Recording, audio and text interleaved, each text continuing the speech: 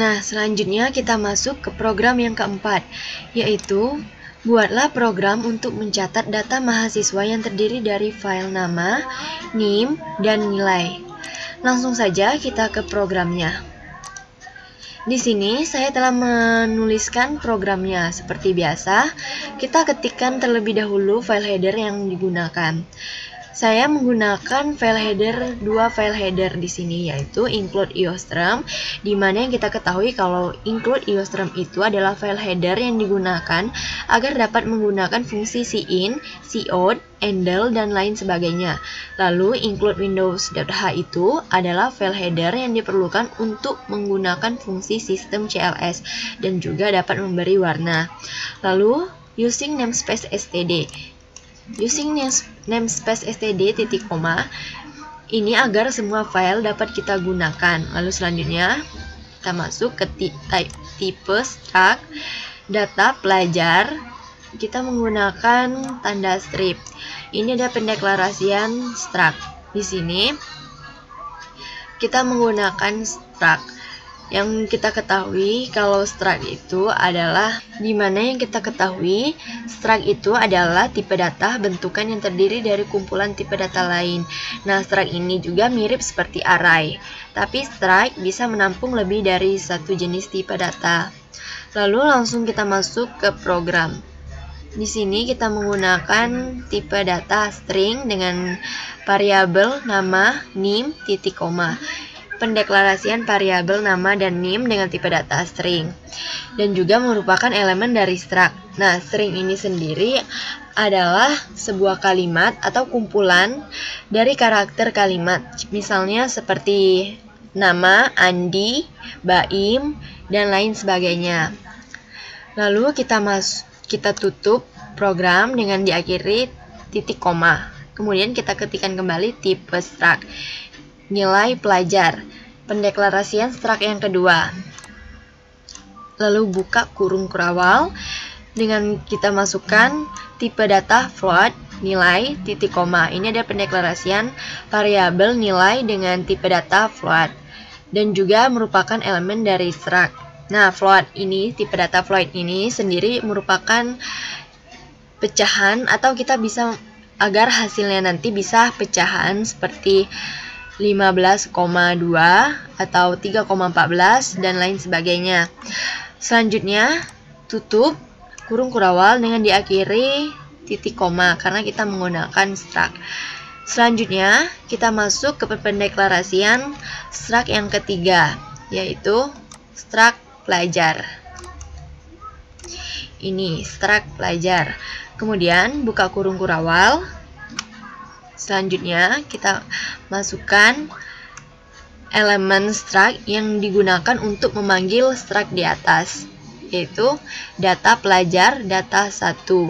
Data pelajar data 1, lalu nilai pelajar data 2 titik koma. Lalu tutup kurung kurawal titik koma. Kemudian pelajar mahasiswa titik koma. Pendeklarasian nama variabel. Kita deklarasikan nama variabelnya pelajar mahasiswa. Kemudian kita masuk ke program utamanya, yaitu main. Nah, kita masuk ke programnya, yaitu yang pertama-tama cout handle titik koma. Ini adalah untuk memberikan jarak atau spasi. Selanjutnya ketik cout, masukkan nama, lalu titik 2, tanda petik, titik koma.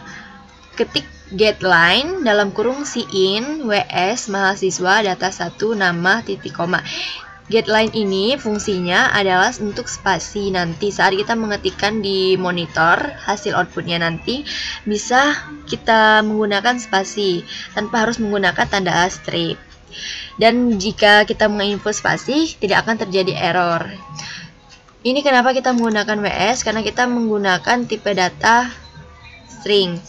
Jika kita menggunakan tipe data char, dia tidak menggunakan ws. Ini juga merupakan sintak untuk memasukkan nama mahasiswa yang kita masukkan di layar monitor nanti. Lalu yang kedua, cout, masukkan nim. Sama seperti tadi, kita beri spasi, yaitu getLine SIIN WS mahasiswa data 1 NIM. Ini sintak untuk memasukkan NIM. Lalu yang ketiga, masukkan nilai. Nilai SIIN mahasiswa data 2 nilai. Ini sintak yang ketiga untuk memasukkan nilai mahasiswa. Nah, di sini kita ada sistem CLS. Kita menggunakan sistem CLS untuk membersihkan layar. Kenapa? Karena setelah kita menginput ini terlebih dahulu, maka layarnya akan berubah langsung di monitor seperti ini, data mahasiswa. Nah, nama yang kita ketikkan itu akan tertera di tampilan berikutnya tanpa harus kita ketik ulang. Lalu NIM, nilai juga akan tampil tanpa harus kita mengetiknya dengan ulang. Ini siot nama, kita ketik, tanda petik nama, terus titik 2, petik mahasiswa, titik data 1, titik nama, handle. Sintak untuk menampilkan kalimat di antara petik 2 itu. Lalu begitu juga dengan NIM dan nilai. Lalu tutup program. Langsung saja kita running programnya. Nah, maka tampilan di layar monitornya akan seperti ini. Kita masukkan namanya terlebih dahulu. Di sini saya menggunakan nama saya sendiri, yaitu Stephanie, spasi, lalu Puspa, spasi lagi, Haryanti. Lalu masukkan NIM. NIM 080 11 7. Selanjutnya masukkan nilai 90. Nah, jika ini tadi kita tidak menggunakan getLine, maka spasi ini nanti akan error. Misalnya masukkan NIM ini akan sejajar dengan nama kita isi ini. Sudah, kita next. Enter. Nah, maka layarnya akan seperti ini setelah itu, yaitu data mahasiswa, nama Stephanie Puspa Haryanti, NIM 08011382025077, nilai 90. Nah, sekian itulah penjelasan program dari nomor 4. Saya akhiri, wabillahi taufiq wal hidayah, wassalamualaikum warahmatullahi wabarakatuh. Terima kasih.